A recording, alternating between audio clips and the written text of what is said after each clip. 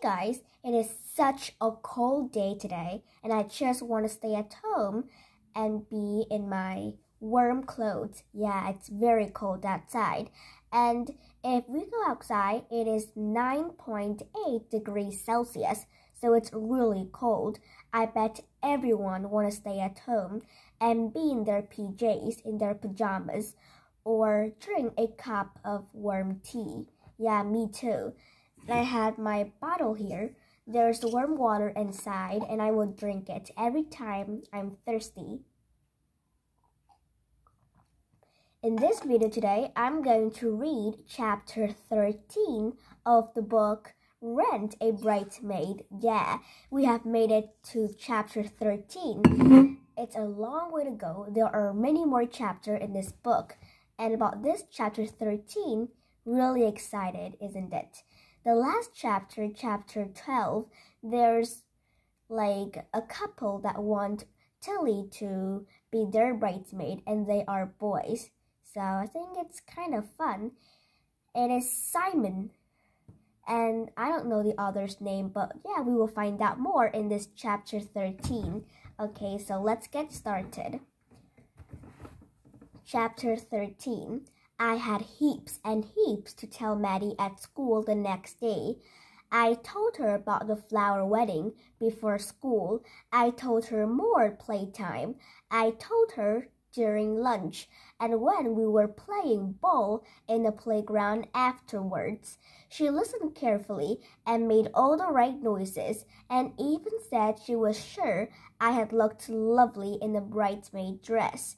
But somehow she didn't seem really interested. She even yawned when I was telling her all about the flowers. Maddie, don't act like you're bored, I protested, bouncing the ball at her. Well, you have gone mad, gone on and about it, Tilly. I'm fed up with it. Still, I'm truly glad you had a chance to be a bridesmaid and wear that stupid dress, said Maddie, bouncing the ball even harder. It's a beautiful dress, the most beautiful bridesmaid dress ever, and I'm going to be wearing it again, not this Saturday, but next, I said happily, throwing the ball high in the air. Really? You got another reply? Yes, and Dad and I went to Sunday lunch with them. They're so nice, and they're thrilled that I'm going to be their bridesmaid, I said triumphantly, giving her an easy catch. Is this another old couple then? Maddie asked, bouncing the ball herself and then kicking it again and again, doing keepy-uppy. No, well, sort of middle-aged. Simon's a teacher, though obviously not at our school, and Matthew has that lovely bookshop by the market, I said. 2 men, said Maddie. Rats, you made me miss the ball. Why do they want a bridesmaid? Well, because they want their wedding to look weddingy. Yes, but the whole point of being a bridesmaid is that you are a maid of a bride, and you're supposed to sort out her dress and veil and all that stuff. You can't do that if there are 2 grooms, said Maddie, bouncing the ball hard at me. Don't be mean, I said. The ball stung my hands slightly. Perhaps that's why I had to blink my eyes hard. I'm not being mean. I'm just pointing out a fact. That's all. I would have thought you would have wanted to be a bridesmaid at a proper fancy. Do like my Aunt Rachel, seeing as you're so fixated on my weddings, though goodness knows why. The food was okay at Aunt Rachel's, but apart from that I was bored out of my skull and felt a right twit in all those frills. Why can't they have bridesmaid trousers? If I ever get married, I would definitely wear trousers instead of a bride's dress. Well, you look stupid then, I snapped. No, I won't. I'll have white trousers with a white jacket and a white boots, said Maddie. I'll look seriously cool. You'll look seriously dirty because you won't be able to keep anything clean, even for 5 minutes. I said. I threw the ball at her, hard. She threw it back even harder. I ducked, but it caught me on the forehead. Uh-oh. Ouch! I bent over, clutching my forehead. Tilly! Oh, Tilly, are you okay? Maddie asked. No, if I'm absolutely truthful, it didn't hurt that much, but it meant I could have a little cry. Maddie saw the tears and started panicking. Oh no, I hit that bit above your eye. I think that's your temple. And my dad knew someone once playing cricket, and they got hit on their temple, and they died.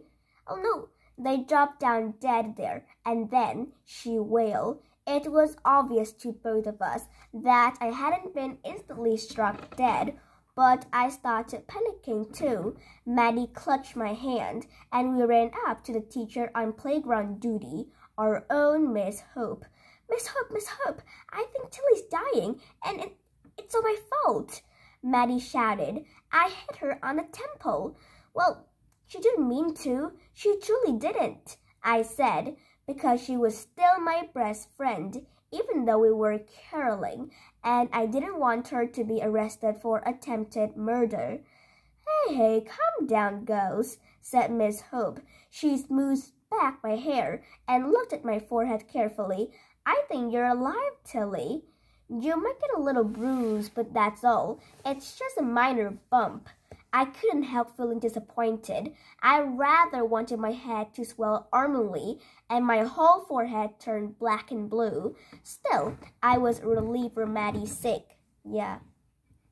She flung her arms around me and gave me a hug. I'm so sorry, Tilly. Very sorry indeed, she said. I hugged her back. I'm sorry as well. I think I might have been trying to hit you with the ball too, but my aim isn't as good as yours, I admitted, feeling ashamed. You too, said Miss Hope. You're best friends, and yet you keep quarreling as if you were worse enemies. What was it all about this time? Being a bridesmaid, I said. Well, I see, Miss Hope, said Miss Hope, though it was clear she didn't.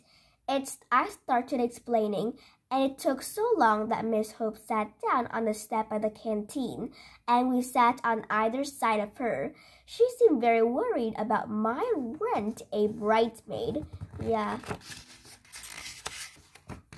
Advertisement, but we were sure when I told her all about the lovely flower wedding and how special it had been. Yes, I think it sounds a very special wedding, said Miss Hope. And romantic too. It just shows that you can fall in love at any age. I don't think I'm going to fall in love, said Maddie. I think weddings are rubbish, especially all the fancy clothes. I'm wearing trousers if I ever get married. You are allowed to wear trousers at your own wedding, aren't you, Miss Hope? You can wear anything you want, she said. What could you wear at your wedding if you were ever thinking of getting married? Maddie asked. Maddie, I hissed, because it wasn't the sort of things you should ask your teacher. Miss Hope was used to Maddie and just laughed again. I'm not actually thinking of getting married. But if I were, then I know I wouldn't want to wear a white dress. I would look silly in it anyway, and I would have to go on a serious diet. Taking off which, she felt in her pocket and brought out a bar of dairy milk chocolate with caramel. This is my secret treat when I'm on playground duty. It's my chocolate comfort diet. Want to share with me? She broke it into thirds, and we all munched happily. You still haven't said, Miss Hope, Maddie persisted. Might you want to wear trousers too? Not trousers. I haven't got the figure for them either. Oh, I don't know what I would choose. I'm going to a wedding soon, and I still haven't decided what to wear just as a guest. I'm hopeless at buying clothes. I suppose I would like something elegant and slim-looking, but not so tight that it show all my lumps and bumps. She sketched a shape in the air. I think that will look lovely, Miss Hope, I said politely. And would you have a bridesmaid? Well, I don't have any little nieces, so in the extremely unlikely event that I get married in the near future, I'll bear you in mind, Tilly, and you too, Maddie, if you ever get your bridesmaid trousers, said Miss Hope. Now, what did you do this weekend while Tilly was having such an exciting time in her bridesmaid dress? I went to the zoo and it was absolutely ace, especially the monkeys. They were so gross, and then Marty and I had such fun imitating them, and this old granny lady said we were very rude little girls. Maddie started giggling and then clapped her hand over her mouth, looking guilty. Yes, you should certainly be ashamed of yourself, said Miss Hope, trying to look stern. But I knew why Maddie had suddenly stopped talking. Marty and I had such fun. Each word was like a little punch to my stomach. But I hated to see Maddie looking so upset now. I really didn't want to be a Julie-type friend. I made a big effort. Did you and Marty like the lemurs? Oh yeah, we absolutely loved them, Maddie said. She chatted about them till the bell went for afternoon school. She talked even more about them when we were going back to her place. And she talked about the lions and the tigers and the elephants and the penguins and the petting zoo with the rabbits and the guinea pigs. And she went on and on about the goats because they tried to eat Marty's cardigan. I wouldn't have minded if they eaten Marty herself as well as her Gretsch cardigan, but I smiled violently. Maddie looked incredibly relieved. It was Lewis who eventually said, "Just shut up about your trip to the boring old zoo and let's play warrior princesses." So we did. I decided that one of Princess Powerful Dinosaur had a silly, self-satisfied face, very much how I imagined Marty. I played with total determination, encouraging my troop of ponies to gallop in a herd. They all reared up when Princess Pony whistled and knocked Dino Marty flying. Then they galloped over her for good measure. It was very enjoyable, and Maddie didn't expect a thing. Maddie ran ahead for supper, while Lewis and I were still washing our hands. Honestly, Maddie does go on and on sometimes, said Lewis. Yes, she does, I said. About that zoo? Yep. And Marty? I said, swishing soap round and round in my hands. She's okay, I suppose, said Lewis. She's funny. I said nothing at all. My hands were becoming incredibly clean. But she's not as much fun as you, Tilly, Lewis persisted. Oh, I said. Well, thank you, but I'm not sure Maddie thinks that. Oh, she does. She said so, said Lewis. Really? I said breathlessly. Yes, I asked her on Saturday night after we went to bed, when she was going on and on about all that funny things Marty had done at the zoo. I said, Maddie, is Maddie your new best friend now? And do you know what she said? What? I said, struggling to sound casual. I scooped up some soap suds and blew at them, as if I didn't have a care in the world. She said, Don't be that, Lewis. Maybe Marty's a very good friend, and I like her a lot. But you know perfectly well that Tilly is my best ever friend, and she always will be. She really truly said that? I asked, abandoning all attempt to pretend I didn't care. Yes, she did, and I don't blame her. You're much more fun than that, Marty. I gave Lewis a big soapy hug. I decided I liked him very, very nearly as much as Maddie herself. Maddie and I got on wonderful all week, at school and at her home.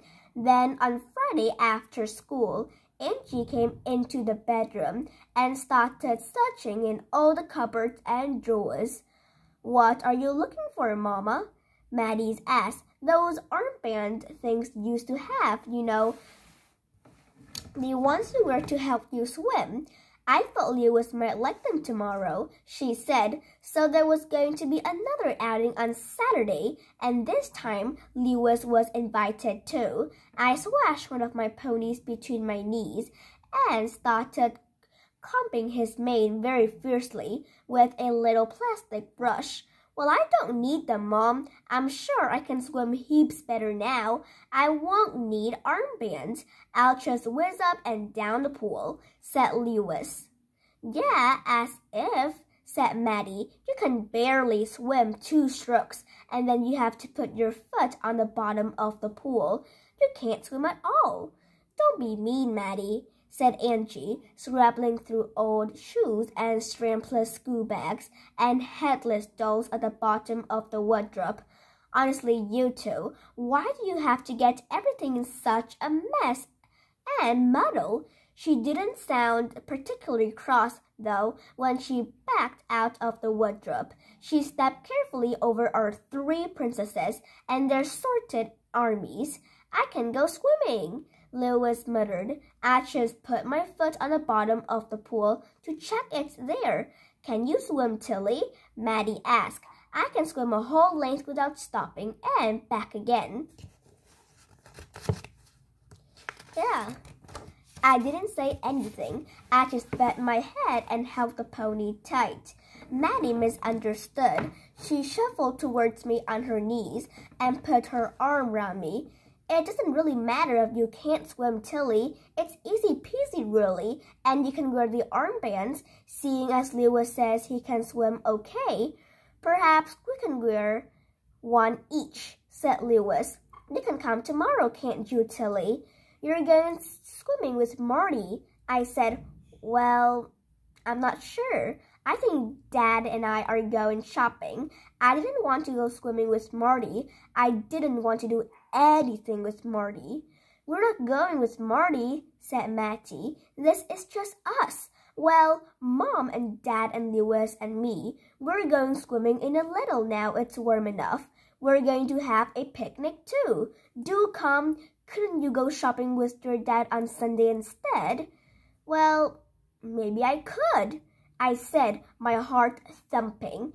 "If that's okay." "Of course it's okay," said Angie. "And why not invite your dad too? Does he like swimming?" I tried to think. We've never been to a swimming bath together, though I would have gone to the pool once a week at my old school when we were on holiday.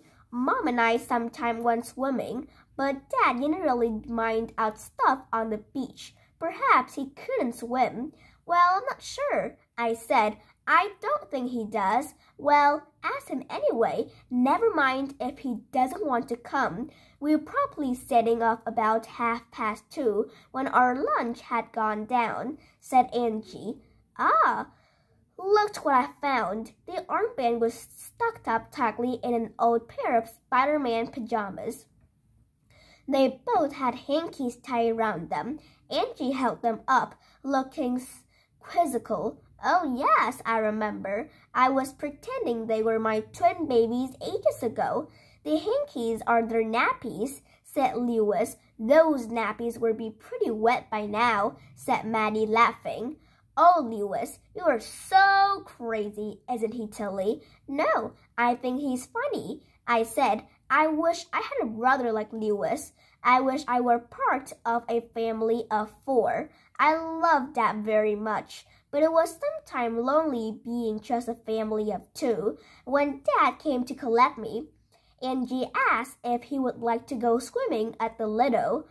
I'm not really a swimming kind of person, but, well, thanks very much for asking," Dad said predictably. "Still, I'm sure Tilly would love to go." I was quiet in the car going home when Dad was preparing his supper, a Scotch egg and a tomato and oven chips. He didn't generally bother to do a real cooking. He asked me if I was all right. You do want to go swimming with Maddie, don't you? Yeah, but I wish you would come, Dad. Oh, Tilly, I'm rubbish at swimming. Not like your mom. She swam like a little fish. Remember our seaside holiday? Yeah. Darling, I'm so sorry Mom's not around to go swimming with you, said Dad, putting his arm round me. You're around. I want you to come, I persisted. But you love being with Maddie and her family. You don't need me to come too, you funny old thing. He bent down and rubbed his cheek on the top of my head. Well, I do need you, Dad. I want us to be a family too, I said. I don't mind if you can't swim. I tell you what, you could borrow Marty's armband instead of Lewis. Dad laughed then. I don't think so, honey. I can swim a bit, just not very well. I never learned properly as a child. Look, I'll come along too and watch you having fun in the pool. I even put on a pair of swimming trunks, if that will make you happy. I just won't go swimming myself, okay? Okay, Dad, I said. You promise. Yeah, I promise, said Dad. We settled down on the sofa to watch television together, and once Dad oven chips were ready, he shared them with me. In the morning, he phoned Maddie's mom and said he would change his mind and would like to come too. Then he shut himself in his bedroom to try on his swimming trunks. They're a bit big for me now, he called. Just as well I'm not intending to swimming. Imagine the embarrassment if they fell off as I dived in. You better check your costume, Tilly. Heavens, you have had it for a couple of years. It's probably way too small for you now. We'll have to nip out to the shops and buy you another. But my swimming costume still fitted me perfectly. I hadn't grown very much at all since Mom went. I remember the last time I have worn it. It still smelled very faintly of suntan lotion. Dad always rubbed it on my back and shoulders for me. Mom never bothered with suntan lotion and went golden brown every summer. I remembered her running into the sea in her red bikini, her hair blowing in the wind. I chased after her, calling, Mom, Mom, wait for me. I thought she would forget all about me and swim out towards the hard zone, and then there would be no one to catch me and pick me up if a wave knocked me over. She waded out through the shallows, and then I saw her dive right under the water. I couldn't see her for ages and started to panic, dashing out into the sea after her, and then all of a sudden she burst out of the waves right in front of me, laughing and hugging me tight. I loved that moment so much. I replay it in my head time after time. I even dream it, but it got all mixed up and horrible in my dreams. Mom simply swam away from me, far out to sea, and I shattered myself, but she went further and further until I couldn't see her head bobbing along anymore.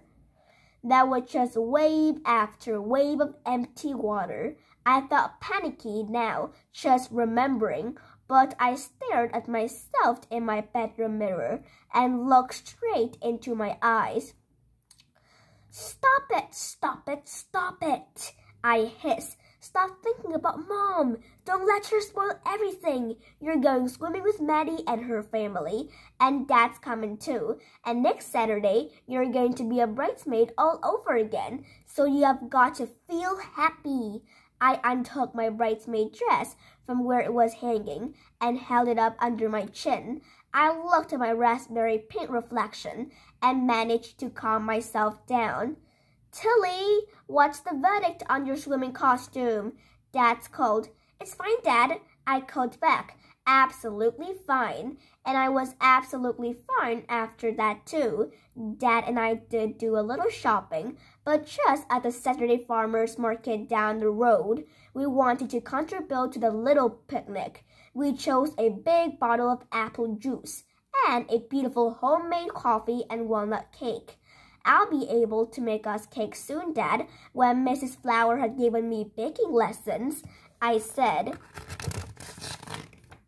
She sent us a postcard from the Isle of Wight, telling us that she was having a grand time with Mr. Flower, and they both hoped we go around to tea as soon as they got back. I wanted to carry the cake to the Lido, but it slid about in its box, and it made my arms ache, trying to hold it steady. Dad carried it instead, with the apple juice in his backpack, along with our swimming costume and towels. We were meeting Maddie and her family inside the Lido, but I hadn't realized how crowded it could be. Dad and I peered the wooden decking around the pool and the grass further back and the turquoise water itself, but we couldn't see them anywhere.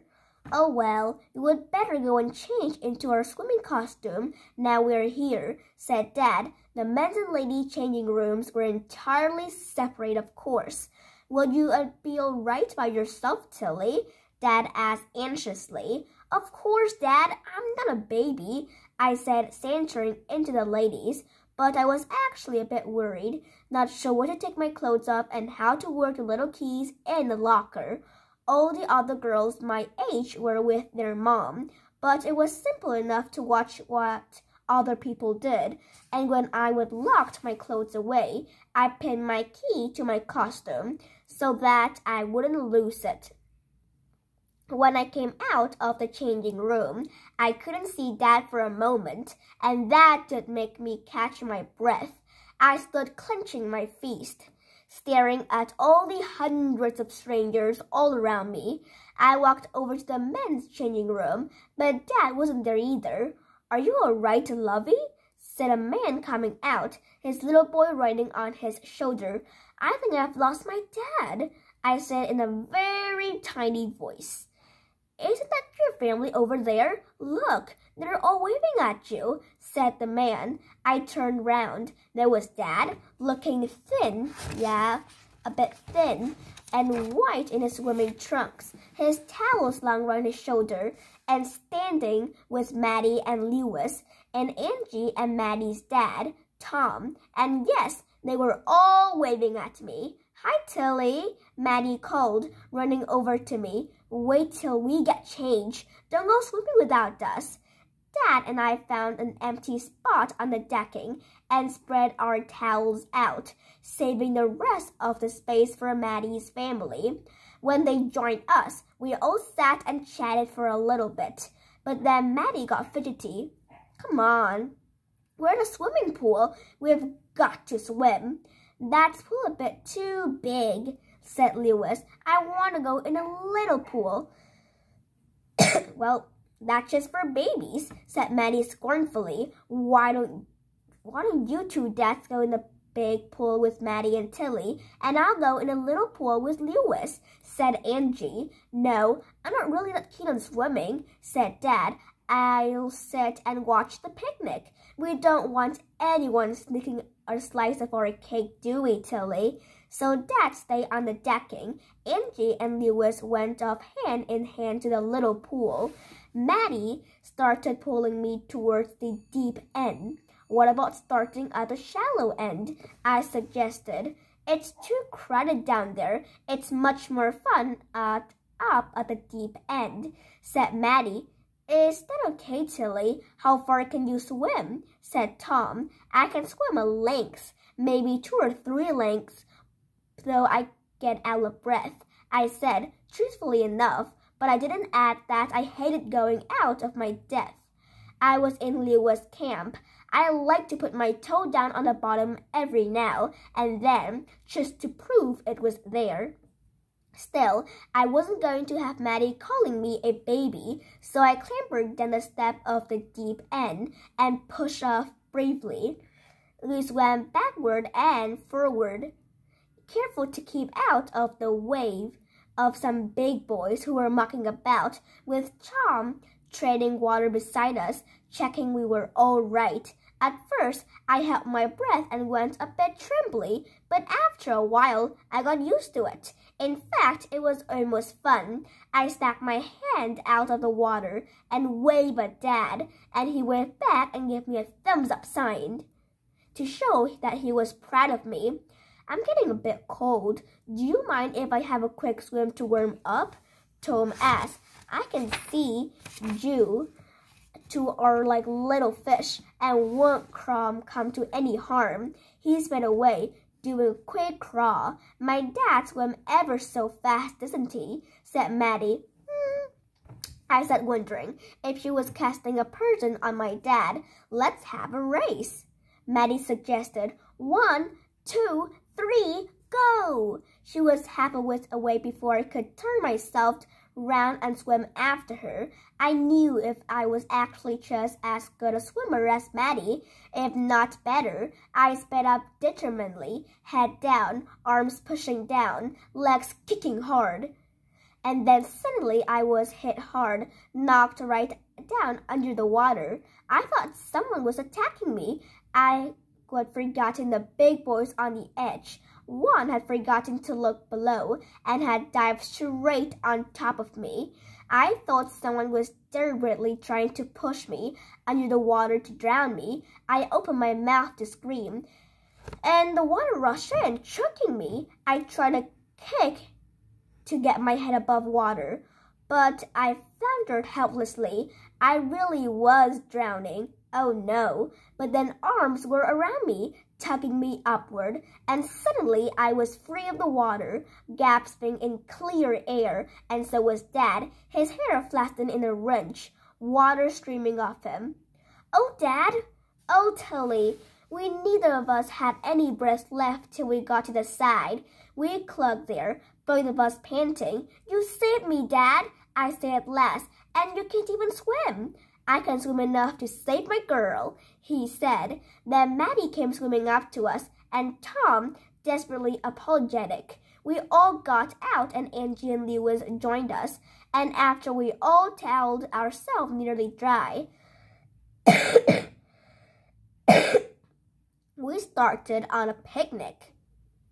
Angie had made egg salad, brown baguette, with carrot steak and grapes to nibble. Our coffee and walnut cake wasn't anywhere near as healthy, but it tasted marvelous. We had forgotten to bring a knife, so we had to tear chunks of cake off with our hand, which was great fun. Angie had brought paper cups so we could drink our apple juice. We all drank a toast to Dad for being such a hero, which made him blush. I licked the cream of my lips and leaned against my dad, smiling at him. He was the best dad in the whole world. Yeah. So that's the end